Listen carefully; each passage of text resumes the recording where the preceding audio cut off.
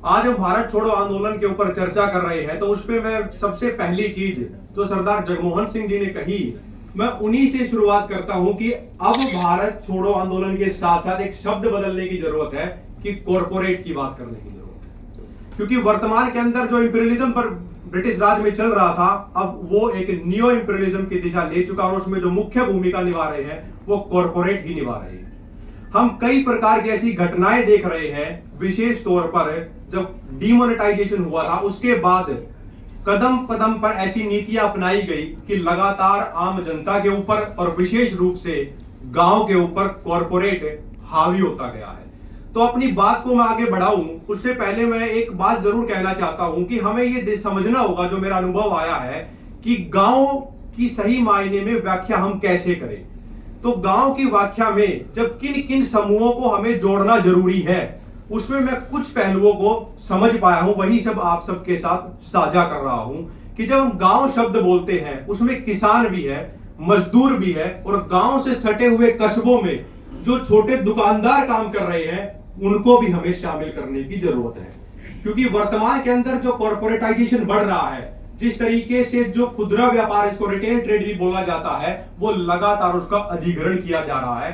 जिस तरीके से किसान की जमीन का अधिग्रहण होता है, उसी तरह छोटे व्यापारियों के व्यापार का अधिग्रहण होता है। और इस पूरे अधिग्रहण के अंदर चाहे वो जमीन का अधिग्रहण हो, चाहे वह दुकानदारों का अधिग्रहण हो, कोरोना काल के बाद से उसमें एक तेजी आई है। मैं आप सबसे एक सवाल आपके बीच छोड़ रहा हूं कि 2019 के बाद से जब कोरोना का दौर आया, 2020 में भी, कि उसके समय पर पूरी दुनिया की अर्थव्यवस्था बंद हो जाती है, तो कॉरपोरेट घरानों को ऐसा कौन सा विजनरी नोट मिल जाता है कि देश के अंदर एकदम से कोल्ड स्टोरेज हाउस खुलने लगते हैं, लॉजिस्टिक पार्क्स खुलने लगते हैं। तो ये कहीं ना कहीं बहुत लंबे समय से एक नीतिगत काम इनके लिए किया जा रहा था, चाहे वो नोटबंदी का विषय हो, चाहे वो जीएसटी का विषय हो। उसकी डिटेल में अभी नहीं जाऊंगा क्योंकि गांव के मुद्दे पर रहना जरूरी है। वर्तमान के अंदर चाहे वो किसानों के ऊपर जो समस्या हो, उसका मूल कारण कॉरपोरेट घराने हैं।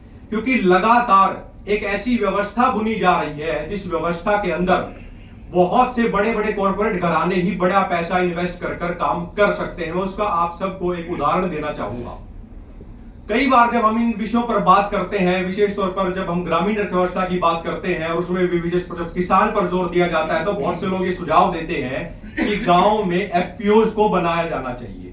अब एफपीओज की जब हम बात करते हैं तो उसके साथ साथ ये कहा जाता है कि एफपीओज के साथ मिलकर स्टोरेज फैसिलिटीज भी गांव में अब होनी चाहिए। यानी कि जो साइलोज हम लगातार कॉर्पोरेट घराने बना रहे हैं, इसको एफपीओज के माध्यम से बनाया जाना चाहिए। अब एफपीओज को लेकर जो फूड कॉर्पोरेशन ऑफ इंडिया की तरफ से टेंडर जारी किया जाता है, उस टेंडर के अंदर ही ऐसी व्यवस्था बना दी जाती है कि गांव का एक मध्यम वर्गीय किसान, एक जो छोटा व्यापार चला रहा है, अगर वो एक नए दिशा में कदम उठाना चाहता है तो वो उसमें शामिल नहीं हो सकता है। क्योंकि उस ई टेंडरिंग की व्यवस्था ऐसी बनाई गई है कि उसका एक मैं उदाहरण दे रहा हूं आपको। 2 साल पहले फूड कॉर्पोरेशन ऑफ इंडिया ने एक टेंडर निकाला। उस टेंडर में उन्होंने कहा कि हम देश भर में 66 साइलोज बनाएंगे और उनको अलग अलग 3 जोन में बांट दिया गया। जब उनको 3 जोन में बांटा तो उनको इस प्रकार से बांटा गया कि एक जोन के अंदर 7 स्टेट्स को कवर कर लिया गया।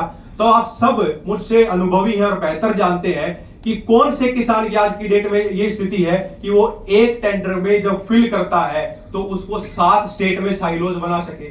क्या गांव के अंदर आज आर्थिक मजबूती इतनी है कि वो 7 स्टेट के अंदर एक इतना बड़ा पैसा निवेश कर सके?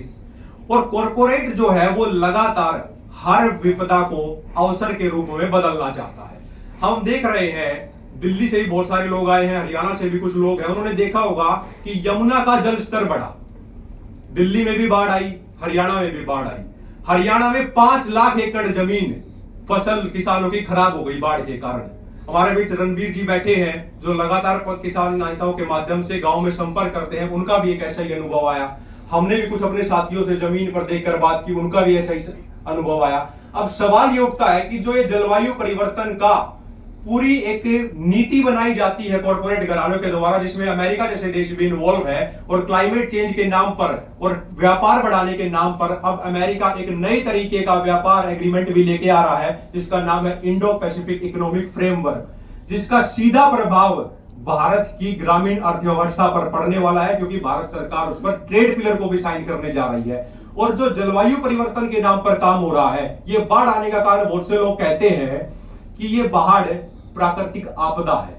मैं इससे व्यक्तिगत रूप से सहमत नहीं होता हूं। ये कॉर्पोरेट आपदा है, क्योंकि जो पहाड़ों के अंदर साइंटिफिक तरीके से रोडों को चौड़ा किया जा रहा था पहाड़ काटकर, वो नीतियां नहीं फॉलो की गई, जो जुरिडिक्शंस उनको दिए गए थे, जो दिशा निर्देश उनको दिए गए थे। और उन्हीं कॉर्पोरेट घरानों को अगर फिर से सड़कें चौड़ी करने का हम ठेका दे देते हैं, उनके बिल पास हो जाते हैं, तो उसके लिए जिम्मेदार आम जनता नहीं है। तो कहीं ना कहीं उनकी क्या अकाउंटेबिलिटी होगी, क्या उनकी जवाबदेही होगी, इस पर हमें विचार करने की जरूरत है।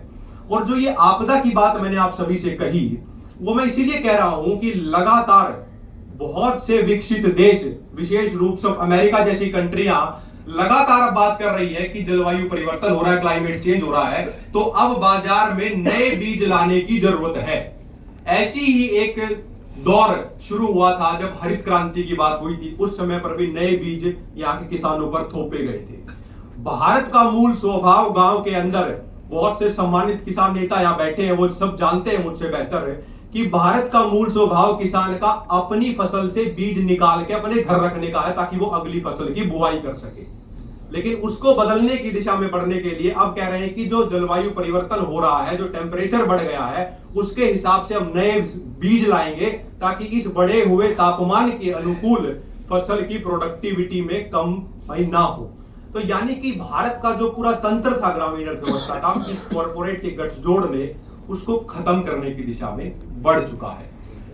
इस पूरे मुद्दे से हटकर, हालांकि हटकर नहीं, इससे जुड़ा हुआ ही है, जो हमने लिखा भी है, हरियाणा से ताल्लुकात रखने के कारण मैं उस पर सिर्फ 30 सेकंड में अपनी बात कहकर अपनी वाणी को विराम दूंगा। आप सभी जानते हैं वर्तमान में नूह के अंदर क्या हुआ।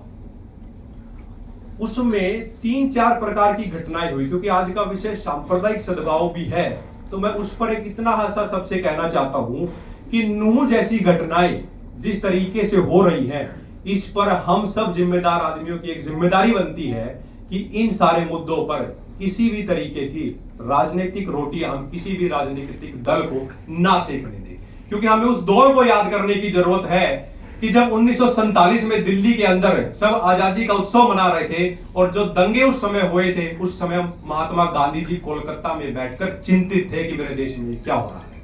तो अपनी बात को खत्म करते हुए मैं 4 लाइनें बोलकर अपनी वाणी को विराम दूंगा, और उन 4 लाइनों के माध्यम से हमारे स्वतंत्रता संग्राम के शहीदों को नमन करना चाहता हूं। कि उठे हैं तूफान बहुत से, कि उठे हैं तूफान बहुत से, उन तूफानों पर मर मिटना हमें आता है। ये धरती है उन वीर जवानों की जिन्हें मरकर जीना आता है। बहुत बहुत धन्यवाद।